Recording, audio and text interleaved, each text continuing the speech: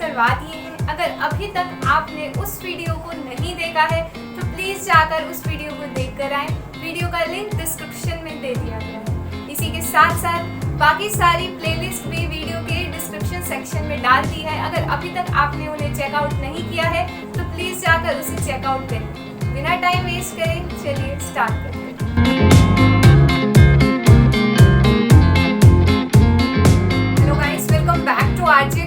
RJ academy पर आप सभी का स्वागत है। आज के वीडियो में हम डिस्कस करेंगे क्वांटम केमिस्ट्री की सेकंड डीपीपी के पार्ट बी को। पार्ट ए में मैंने ऑलरेडी 10 क्वेश्चंस करवा दिए हैं। अगर अभी तक आपने उस वीडियो को नहीं देखा तो प्लीज जाकर वीडियो को देख कर आएं। वीडियो का लिंक डिस्क्रिप्शन में दे दिया है।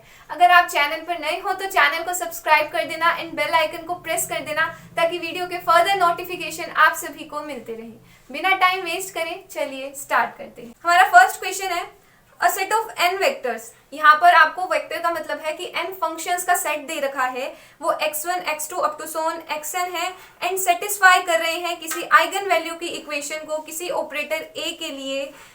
आपको यहाँ पर आइगन वैल्यूज दे रखी है λ1, λ2, λ3 एंड सो ऑन λn। यानी कि आप किसी ऑपरेटर a को जब xk के ऊपर अप्लाई करते हो तो आपको लैम्डा के xk मिल रहा है। वहां पर लैम्डा स्केलर फंक्शंस हैं, यानी आप उसको λ1, λ2 एंड λ3 लेट कर सकते हैं। एंड आपको गिवन है कि x बिलोंग कर रहा है सी के xk को और सी के नॉन जीरो स्केलर कोफिशिएंट है। आपको बताना है कि कौन सी स्टेटमेंट करेक्ट है। तो आपको जब ऑपरेटर a को आप किसी फंक्शन xk के ऊपर अप्लाई कर रहे हो तो आपको लैम्डा के xk मिल रहा है, ये गिवन है। एंड आप इसे किस तरीके से लिख सकते हो, ax1 is equals to λ1x1, ax2 is equals to λ2x2 and so on. ये आपको x गिवन था, समीशन है सी के xk का। अगर आप इसे खोलोगे तो कैसे लिखोगे, c1x1 plus c2x2 plus c3x3। अब आप ऑपरेटर a को इस पर लगाओ। जैसे ही ऑपरेटर a को यहाँ पर आप ऑपरेट करवाते हो तो ब्रैकेट में क्या लिखोगे, a आपने लगाया, यहाँ लगाया c1x1 plus c2x2 plus c3x3। अब a को एक बार आपने ऑपरेट करवाना है c1x1 पर, एक बार c2x2 पर, एक बार c3x3 पर। आपको पता है c1, c2, c3 कोफिशिएंट है तो हम इसे बाहर ले लेंगे तो हमारी इक्वेशन बन जाएगी c1ax1 plus c2ax2 plus c3ax3 and so on. And हमने ax1, ax2, ax3 की जो वैल्यू थी वो लेट करी थी λ1x1, λ2x2। तो हम क्या करेंगे, यहाँ पर इसी वैल्यू को पुट कर देंगे। जैसे ही पुट करेंगे हमें ये इक्वेशन मिलेगी। आप लेट करो, अगर λ1, λ2 एंड λ3 इक्वल है, अगर ये आइगन वैल्यूज इक्वल हो गई, आप लेट कर लो इसको लैम्डा के इक्वल हो जाएंगे, तो ये इक्वेशन आप किस तरीके से लिख सकते हो, c1 λx1 plus c2 λx2 plus c3 λx3। यहाँ से लैम्डा कॉमन ले लो। अब इस इक्वेशन को आप इक्वेशन 1 के साथ रिलेट करके देखो ये c1x1 c2x2 c3x3 था एंड यहाँ भी ब्रैकेट के अंदर सेम आपको यही मिल रहा है, यानी कि आप इसको रिप्लेस कर सकते हो x से। तो जब आपने ऑपरेटर a को फंक्शन x के ऊपर ऑपरेट करवाया तो आपको लैम्डा x मिला, यानी कि आइगन फंक्शन मिला। लेकिन ये आपका कब ट्रू होगा, जब आपकी आइगन वैल्यूज इक्वल होंगी, यानी कि λ1, λ2 एंड λ3 की वैल्यू अगर इक्वल है तभी आपकी ये स्टेटमेंट ट्रू प्रूव होगी। ये आपकी एक थ्योरम है। वो थ्योरम क्या बोलती है, कोई भी अगर हमारे दो आइगन फंक्शंस हैं उनका समीशन तभी आइगन होगा, आइगन फंक्शन होगा, जब उनकी वैल्यू इक्वल होती है। तो एक बार हम ऑप्शंस देखते हैं।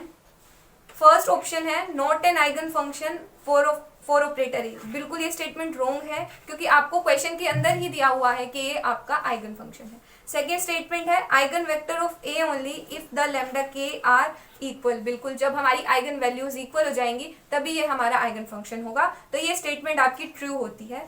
अब हम नेक्स्ट क्वेश्चन देखते हैं। नेक्स्ट क्वेश्चन है for the particle in a box problem in 0 to L, ये आपको लिमिट्स दे रखी हैं। The value of x3 in and denotes to infinity would be, यानी कि आपको एवरेज वैल्यू निकालनी है। कोई पार्टिकल 1D बॉक्स के अंदर है तो हमें अच्छे से पता है 1D बॉक्स के लिए हमारी साई की वैल्यू क्या होती है, √2/L sin n pi x/L। And इसके लिए psi star is equal to psi होता है और हमारा जो फंक्शन है वो नॉर्मलाइज्ड होता है। अब यहाँ पर आप लिखो, आपको यहाँ पर फॉर्मूला रखना है। फॉर्मूला क्या होता है, integration of psi star operator Sai D. आपको ऑपरेटर दे रखा है x3। अब यहाँ आपको इंटीग्रेशन करना है, साई स्टार ऑपरेटर रखो साई डी। अब हमें पता है इसकी वैल्यू इक्वल है, यहाँ पर हम वैल्यू पुट करेंगे अपने फंक्शन की। यहाँ से √2/L हमारा क्या आ जाएगा, कॉमन आ जाएगा। जैसे ही कॉमन आया हमें इंटीग्रेशन करना है x3 sin square n pi x/L। अब आप लेट करो b is equals to n pi/L, तो आपकी ये इक्वेशन रिड्यूस हो जाएगी integration of x cube sine square b x d x के अंदर आपको ट्रिग्नोमेट्री के एक रिलेशन का यहाँ पर यूज करना है। फॉर्मूला है sine square x is equals to होता है 1 माइनस कोस 2x/2। इसी फॉर्मूले को आप यहाँ पर पुट करो साइन स्क्वायर बी एक्स की जगह पर, तो आपकी इक्वेशन बनेगी 1 माइनस कोस 2bx/2। अब ये 2 आपका कॉन्स्टेंट है, इसे बाहर ले लो। बाहर लेते हो तो अंदर आपको किसका इंटीग्रेशन करना है, integration of x cube D x minus integration of x cube cos 2bx dx, and आपको लिमिट्स लेकर चलनी है 0 से l तक। अब इस इंटीग्रेशन को आप किस तरीके से सोल्व करोगे, इसको सोल्व करने के लिए आपको फर्दर इंटीग्रेशन का दूसरा फॉर्मूला यूज करना पड़ेगा। और वो फॉर्मूला क्या है, अगर हम किन्हीं दो फंक्शंस का इंटीग्रेशन करते हैं तो उसे कैसे खोलेंगे, first function as it is integration of second function minus whole integration हम लगाएंगे एंड डिफरेंशिएशन करेंगे फर्स्ट फंक्शन का इनटू में इंटीग्रेशन ऑफ सेकंड फंक्शन। इसी फॉर्मूले में आपने इसको रखना है और जब आप वैल्यूज पुट करोगे तो आपको इस तरीके से इक्वेशन मिलेगी। आप यहाँ पर पुट करके देखना एंड लिमिट्स लगा लेना 0 से l तक। इसकी ओवरऑल जो वैल्यू है वो 0 के इक्वल आएगी। एंड हम यहाँ से भी देख सकते हैं, हमने b is equals to n pi by L let किया था और n हमारा बिलोंग कर रहा है इन्फिनिटी को, और जब भी डिनोमिनेटर में इन्फिनिटी आती है तो वैल्यू 0 हो जाती है। लेट करो 1 अपॉन इन्फिनिटी है तो 1 by infinity is equals to 0 होता है, तो यहाँ से भी आपकी ये ओवरऑल जो वैल्यू है इसकी 0 आ जाएगी। एंड यहाँ पर आपने एक्स क्यूब का जब इंटीग्रेशन करोगे ये आएगा x4/4।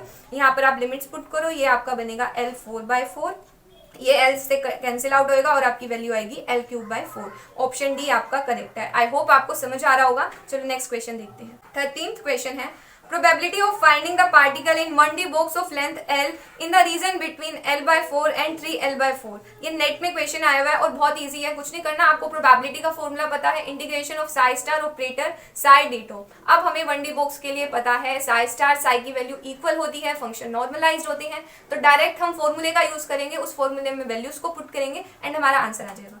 देखो प्रोबेबिलिटी निकालने के लिए हमारा जो फॉर्मूला है डायरेक्ट वो क्या होता है, हमें x लेना है, लिमिट्स लगाएंगे a से b अपॉन में l minus 1 to n pi sine 2n pi x by l, and ये लिमिट्स लगाई हमने a से b तक।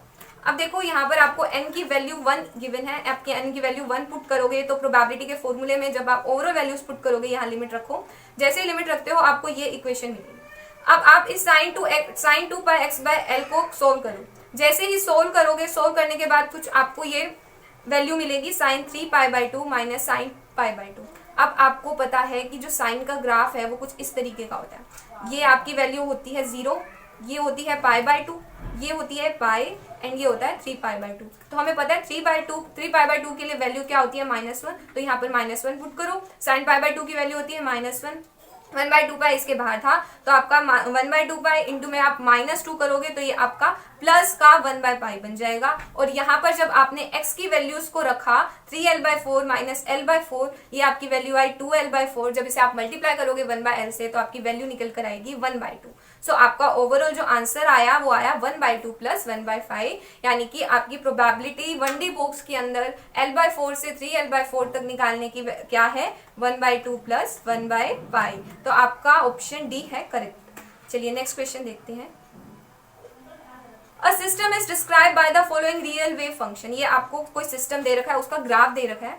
The probability of finding the particle in a region dx around 0.1 to 3 in the figure obeys the trend. आपको बताना है कि probability निकालनी है 1D बॉक्स के लिए, इसको देखकर, इस ग्राफ को देखकर आपको बताना है। अब देखो आपको पता है probability is equals to integration of psi square d होता है, तो प्रोबेबिलिटी डायरेक्टली प्रोपोर्शनल होती है साई स्क्वायर की। जितना ज्यादा हमारा एरिया होगा उतनी ज्यादा वैल्यू होगी साई की, या फिर हम बोल दें उतना ज्यादा होगा एम्पलीट्यूड एंड उतनी ज्यादा हमारी प्रोबेबिलिटी किसी भी पार्टिकल को फाइंड आउट करने की होगी। तो अगर आप, ये आपको ग्राफ साई का गिवन है, अगर आप साई स्क्वायर के लिए ग्राफ ड्रॉ करोगे तो प्रोबेबिलिटी निकालने का ग्राफ कुछ इस टाइप का होगा। ये ग्राफ आपको, ये देखो इस तरीके से गिवन था, ये फर्स्ट फंक्शन के लिए, ये सेकेंड रीजन के लिए था एंड ये थर्ड रीजन के लिए था। और जब आप इसे साई स्क्वायर के अलोंग ड्रॉ करते हो तो ये ग्राफ मिलेगा।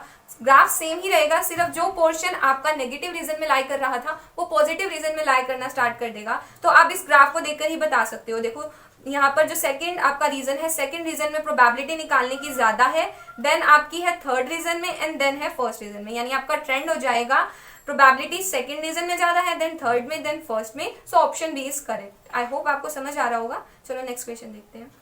15th क्वेश्चन है, probability of finding the particle inside the left half of 1D box of length L। ये क्वेश्चन गेट में आया हुआ है और हमने पार्ट ए में भी इसे सॉल्व किया था। हमें पता है 1D बॉक्स के लिए साई स्टार साई की वैल्यू इक्वल होती है, थोड़ी देर पहले भी हमने प्रोबेबिलिटी निकाली, सेम उसी फॉर्मूले के अंदर हम इसे पुट करेंगे एंड हमारा आंसर आ जाएगा। आप इसे करके देखना, ये फॉर्मूला थोड़ी देर पहले यूज किया था, इसी के अंदर आप इसे रख कर देखोगे एंड आपको सिर्फ लिमिट्स अलग रखनी है। वहां पर आपकी लिमिट्स L/4 टू 3L/4 थी, यहाँ पर 0 से L/2 है। आप इसे पुट कर देखना, आपकी जो वैल्यू निकल कर आएगी वो आएगी 1/2। So option D is correct. चलिए नेक्स्ट क्वेश्चन देखते हैं। For hydrogen like atom with nuclear charge Z, the energy of probability with principal quantum number n follows the relation. आपको पता है हाइड्रोजन एटम के लिए एनर्जी का फॉर्मूला क्या होता है, E is equals to -13.6 Z² by n² electron volt. So energy directly proportional है -Z² by n² के। तो यहीं से आपका आंसर आ गया, ऑप्शन बी आपका करेक्ट हो गया। कुछ नहीं था इस क्वेश्चन में। 17th क्वेश्चन देखते हैं। ये क्वेश्चन आपका टिफिर में आया हुआ है, काफी लेंथी लग रहा है बट काफी इजी क्वेश्चन है।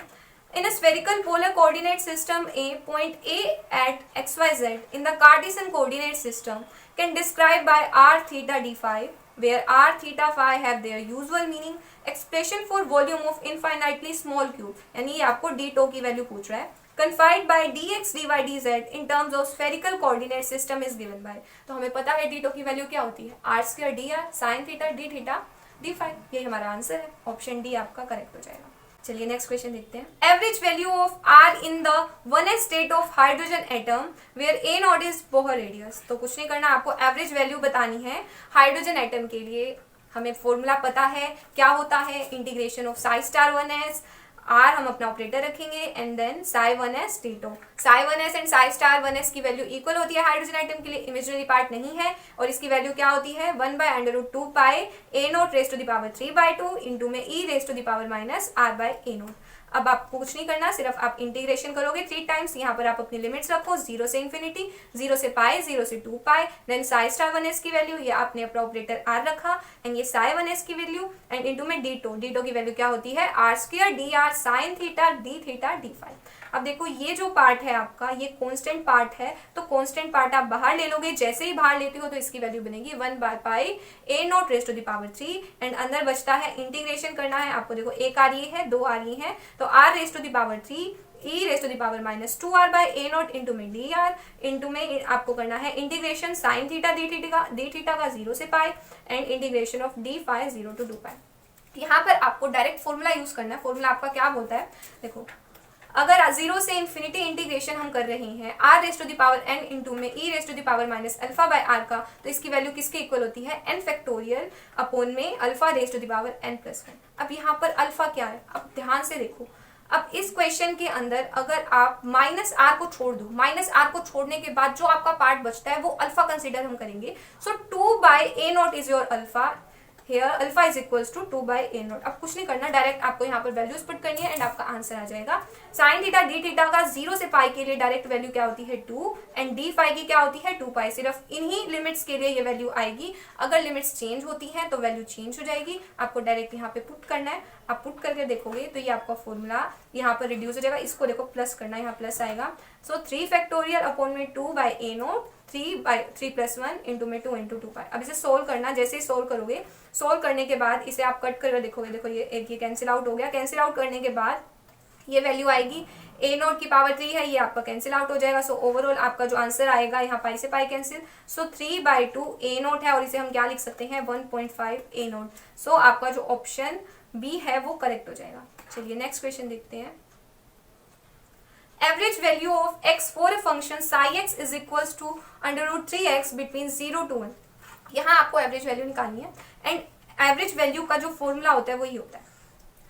अब देखो यहाँ पर ना मैंने क्या कर रखा है, डायरेक्ट इतने पार्ट को यूज कर रखा है, ये वाला पार्ट मैंने नहीं कर रखा, क्योंकि हमें पता है कि कोई भी फंक्शन नॉर्मलाइज्ड है, यानी उसके लिए कंडीशन क्या होती है psi star psi is equals to 1। So ये वाला जो आपका फंक्शन है ये नॉर्मलाइज्ड है। मैंने यहाँ पर कर नहीं दिखाया, बट आप कर देखना, ये नॉर्मलाइज्ड आएगा। सो ये पार्ट मैंने स्किप कर दिया है, आप खुद से कर देखना। हम डायरेक्ट यहाँ पर पुट करते हैं वैल्यूज को, हम सिर्फ इतने पार्ट के लिए इसे सोल्व करेंगे।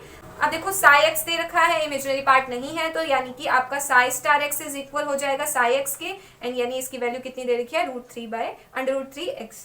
तो इंटीग्रेशन करो 0 से n, ये आप वैल्यूज को पुट करो, √3 आपका कांस्टेंट है, कांस्टेंट बाहर आ जाएगा, 3 इंटीग्रेशन करना है 0 से 1 तक, x³ का इंटीग्रेशन होता है x4/4, यहाँ पर वैल्यू पुट करना, वैल्यू पुट करोगे तो 3/4 आंसर आ जाएगा। So option B is the correct answer. Last question है normalization constant for function psi x = x and limits आपको दे रखी है 0 से 1 तक। अब आपको पता है नॉर्मलाइजेशन कांस्टेंट निकालना है, तो नॉर्मलाइजेशन की कंडीशन क्या होती है, ये फॉर्मूला होता है, हमें लिमिट्स रखनी है और इक्वल टू 1 लेकर चलना है। अब देखो साई x साई स्टार हो जाएगा, यहाँ पर x करो = x, ये गिवन है क्योंकि इमेजिनरी पार्ट नहीं है। हम लेट करते हैं जो हमें फंक्शन दे रखा है वो नॉर्मलाइज्ड है तो यानी कि उसे किसी ना किसी कांस्टेंट से मल्टीप्लाई किया गया होगा नॉर्मलाइजेशन कांस्टेंट से, सो हम लेट कर लेते हैं वो n है। तो ये हमारा इस कंडीशन को ओबे कर रहा है, हम लेट करके चल रहे हैं, हम अज्यूम करके चल रहे हैं पहले से ही, ताकि हमारी वैल्यू निकल कर आ जाए। सो जैसे ही आप इंटीग्रेशन करते हो साई स्टार, यहाँ पर आपने डायरेक्ट फॉर्मूला रखा तो कुछ नहीं करना, आप इंटीग्रेशन करो 0 से 1, लिमिट्स लगाओ n × x and n × x। n आपका नॉर्मलाइजेशन कांस्टेंट है क्योंकि यहाँ पर आपको साई स्टार और साई x की वैल्यू x दे रखी है एंड हम लेट कर रहे हैं तो हम लेट कर लेते हैं n नॉर्मलाइजेशन कांस्टेंट से, ये मल्टीप्लाई हो रखा है तो इसीलिए डायरेक्ट यहाँ पर n × x रखा है और कुछ भी नहीं किया। तो यहाँ से n² कांस्टेंट है बाहर आ जाएगा, अंदर बचता है x² dx, इसका आपको इंटीग्रेशन करना है। जैसे ही आप यहाँ = 1 रखो, जैसे ही आप इंटीग्रेशन करोगे इंटीग्रेशन होता है x³ में आप लिमिट्स की वैल्यू पुट करो, वैल्यूज पुट करते हो तो वैल्यू आपकी आएगी n² = 1, 3 आपका 1 से मल्टीप्लाई हो जाएगा, ये इधर चला जाएगा, सो n² = 3 एंड यहाँ बोथ साइड जब आप स्क्वायर रूट करोगे तो n की वैल्यू आ जाएगी 3। So your option A is the correct answer. इसी के साथ आपकी सेकेंड डीपीपी का पार्ट बी कंप्लीट होता है। आई होप आपको समझ आया होगा। अगर आपको वीडियो समझ आ रही है, अच्छी लग रही है तो प्लीज इसे लाइक करें एंड अपने फ्रेंड्स के साथ भी शेयर करें। एट द एंड बस एक ही बात कहूँगी, पढ़ते रहिए, पढ़ाते रहिए एंड मोस्ट इम्पोर्टेंटली खुश रहिए। Have a nice day.